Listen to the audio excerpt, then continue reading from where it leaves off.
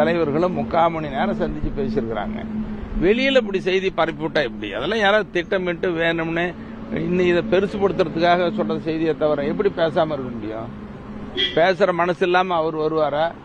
பேசுற மனசு இல்லாம அவர் சந்திச்சு பேசுவாரா? இது வதந்திகள். இந்த வதந்தியெல்லாம் நம்பாதீங்க. நல்ல முன்னேற்றம் இருக்கு, அறிகுறி இருக்கு, நல்ல செய்தியா ரெண்டு பேருமே உங்ககிட்ட சொல்லுவாங்க.